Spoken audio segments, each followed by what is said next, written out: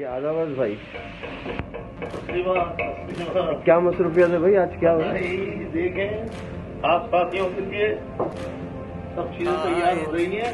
बेहतरीन रमजान का तोहफा,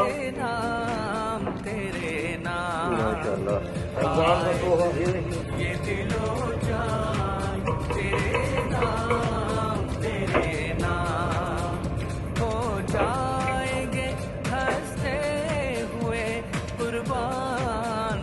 आज अल्ताफ भाई तेरी के साथियों के लिए अपने घर में अपने हाथों से खाना पका रहे हैं। जबलूती डिश,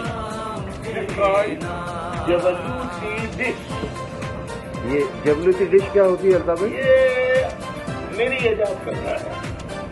जबलूतिया, जबलूती डिश। ये क्या होती क्या है भाई? ये बस जब खाते हैं उसके बाद बताते हैं।